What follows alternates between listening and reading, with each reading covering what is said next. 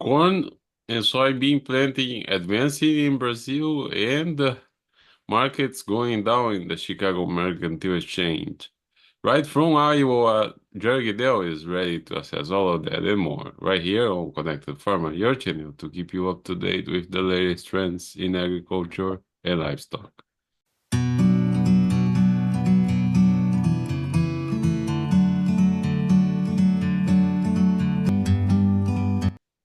So, Jerry, we have had a volatile market this week with the USDA report out and without any surprises. No, no, actually it was we weren't expecting a lot of changes. We didn't get a lot of changes, but with the sizable yields that they've got built in here with the and that on both corn and beans, with the weather being so open and continuing to be harvesting in a pretty quick clip, because we actually pushed the nationwide corn plantings up into the 40% level. The beans, we've jumped those dramatically up into the 60% done. And last Monday, excuse me, Tuesday, that's the one thing too, it added to this thing. We didn't have government reports on Monday of this last week. And so when there isn't details coming out along the way, things get a little bit, people decide to be on the sidelines, had less volume in that. To some extent, the overall trend uh, over the last couple of weeks, because of the harvest picking up, and that has been defensive. And actually, even with a very impressive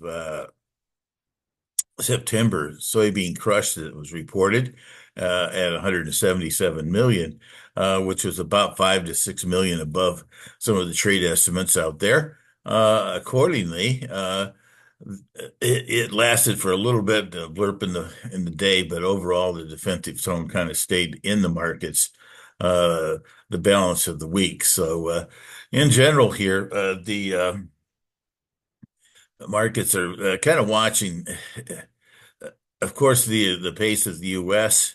Harvest. But as you mentioned, there is some rain finally in the forecast here for Mato Grosso in the northern parts of Brazil.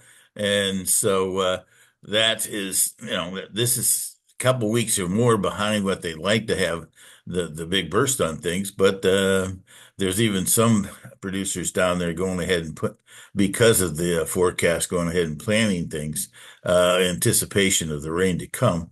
And to some extent, it probably makes some sense because we are getting, this sometimes many years we've planted a pretty good amount in September, minimal this year. And um, I, you heard from down in Brazil that they were 25% done in plantings in Mato Grosso, which was significantly higher than the numbers that we've recently been getting from uh, AgRoll and some of the other private forecasters down there. And to some extent, it's always interesting. The surveys on Thursday, but the U.S. Doesn't really get the numbers until Monday. So that'll be interesting to see how the official numbers that come out, whatever that might be, come out if they compare to that.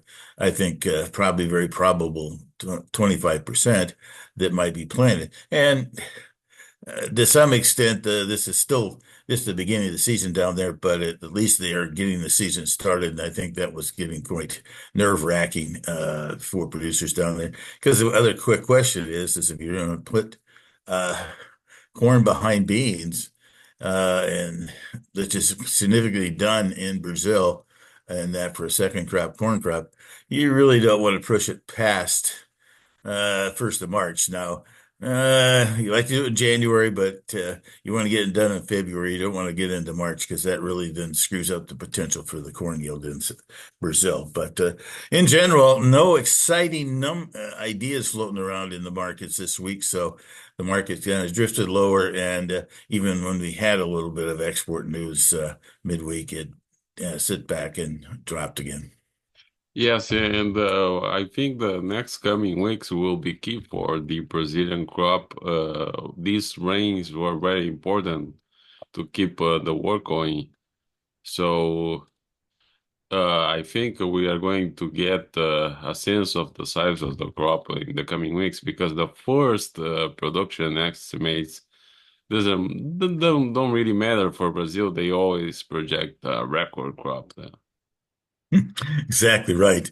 That they're and to some extent on an overall trend, they're always moving higher because of really in some ways expanded uh, area down there that's been going on for 25, 30 years in that. So that's the interesting factor in there. The one twist is that a prominent U.S.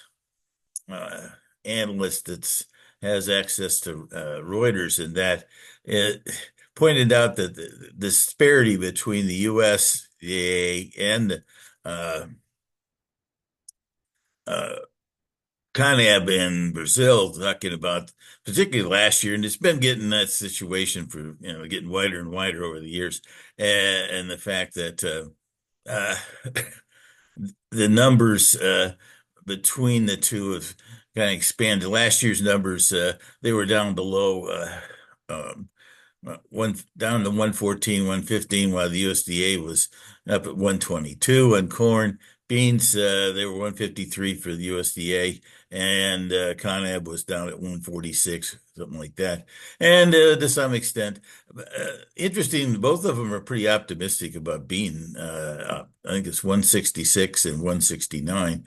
On the corn, there's definitely a little bit more disparity there between the two. Because I think the CONAB is 119. I think the USDA is still at 126, 127 from there for the coming year. And so, but at this point, we still have plenty of time to get this worked out. And to some extent, uh, the weather pattern getting off to a slow start doesn't mean it's going to be terrible for the season, but it also is somewhat of a indication that this South American weather is going to remain a very important factor. We were talking all about Brazil here, but similar situation in Argentina.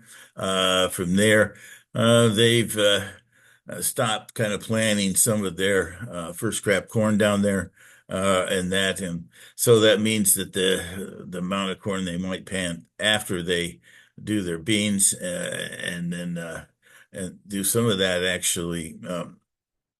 There's beans been planted too, but they also plant a tremendous amount of second crop beans in Argentina. So right now, at least, still things are a little bit up in the air there about weather situations in South America and the fact that we're off to somewhat of a slow start.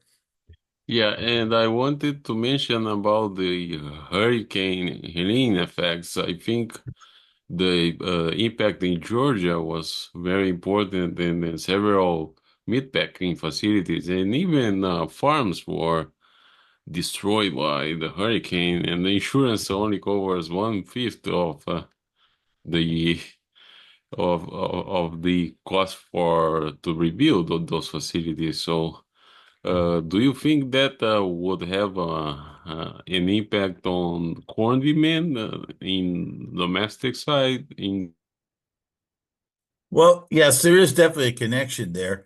The interesting twist.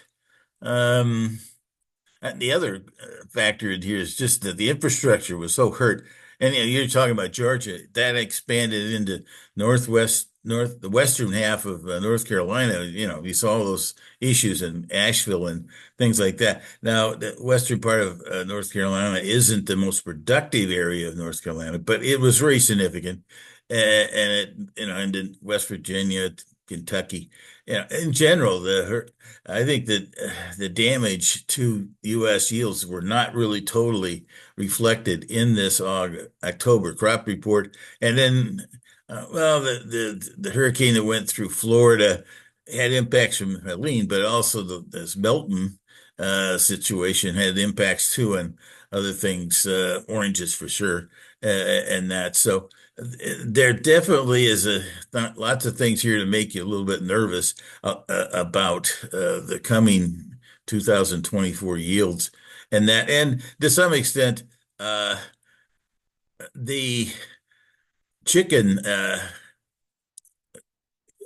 facilities in the southeast, that can be a quicker impact because if they're down, and you also got quite a few birds got hit on that Helene too. So you got a situation where uh, it tightened up a little bit of the chicken meat business, and then all at the same time, now we got to figure out get the facilities back up and going, things like that. I don't think that enough people have really analyzed it or been able to get a handle on how this whole thing is going to work out. But I think it's kind of like the scenario here in the U.S. Midwest where we've had this rapid drawdown of the crop. You know, some of my soybean yields in the western Iowa, such I'm out to see some of my relatives and renters and also to go to meeting in Nebraska this coming week. And that turns up that when you drop your harvest moisture harvest, your fall harvest moisture down to 9% or less, when 13% is all you have to have it to get it delivered as a number one bean. All of a sudden, that's a significant loss because unfortunately, uh, elevators don't pay you for bushel baskets. They pay you for weight, and that's 4% can be significant. Same situation on corn. I heard a lot of things popping down under, say, the 13, 14% level versus 15 and a half, and it might be getting lower because definitely we haven't seen, and even now the forecast in the U.S. is not all that conducive to. I think right now every Midwest farmer would love to have a 2 inch rain and be out of the field for 4 or 5 days because he wants to end up getting some stability in his uh, harvested corn and soybean yields. And that hasn't been the case. There's a little chance of rain, I think Tuesday this coming week, something like that, but very modest levels. So in general, weather continues to be a factor on both U.S. domestic corn demand and also what it's doing to the corn and soybean yields as they come across the scale here. Uh, Yes, and for those that send questions, I would like to request that they mention the town, the city that uh, they are in, and maybe the profession to know who are we talking to. So to those people that send us some questions, I make that request. And what everybody wants to know is the price levels for the coming weeks. And the next week, we are seeing a strike in Brazilian ports, so that may oh. impact the markets. No, that's something I had not picked up on the wire, so I'm glad you brought that up. And that to some extent that reduces a little bit of competition in the world looks to the US, but I think the disappointing factor was as we kind of started to build something and we backed off here on Friday, and with the weather forecast right now, this kind of felt like this $10 to 9.75 area was going to be a good base. And that hopefully it will be. Right now, it's still, we're getting further into the harvest, and then eventually, when we get soybean harvest is there, maybe put in another 10% or so, and that there's into the post-harvest mentality. Now, the one thing we did happen this week, and both corn and beans, we had some hefty purchases. Particularly, we had this 1.6 million metric ton purchase of corn from Mexico. We've had some other decent ones, and actually, this week's export sales were 2.2 million, I think, in corn and 1.7 or 8 million on beans, and that very good numbers.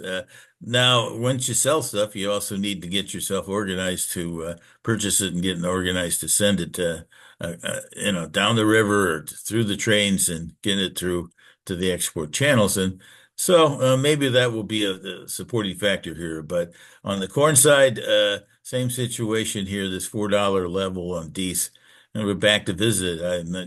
I was kind of hoping we'd stay right above that area, but that's important psychologically, and that's we still have some danger here, some short-term down pressure here on things, but kind of feel like things will start picking up primarily to satisfy these big export sales that we've had recently. And that you think about it, this is a overall the values are very, very expensive on a long-term basis. So I think there will be uh, further interest for purchasing the U.S.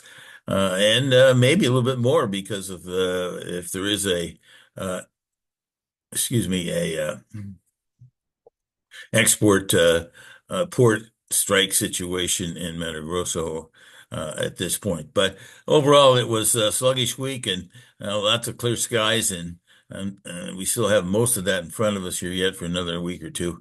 So this market's still struggling with big supplies. There's no doubt about it. We don't want to forget the fact that we're a 15 billion bushel corn crop, and we have a 4.55 billion bushel bean crop. But I really feel like that the world situation could still be very strenuous. Got lots of issues going on in Russia. They're messing around trying to force their buyers to pay, higher prices and that kind of stuff for wheat, and they have issues on their final supplies of wheat and corn. So the Black Sea is also kind of hotting us in the background along the Mideast. So right now, lots of bounces of potential in the market. Right now, today, we're kind of hunkered down. So this was Jerry Gidel from Ames, Iowa today. Thank you. Thank you.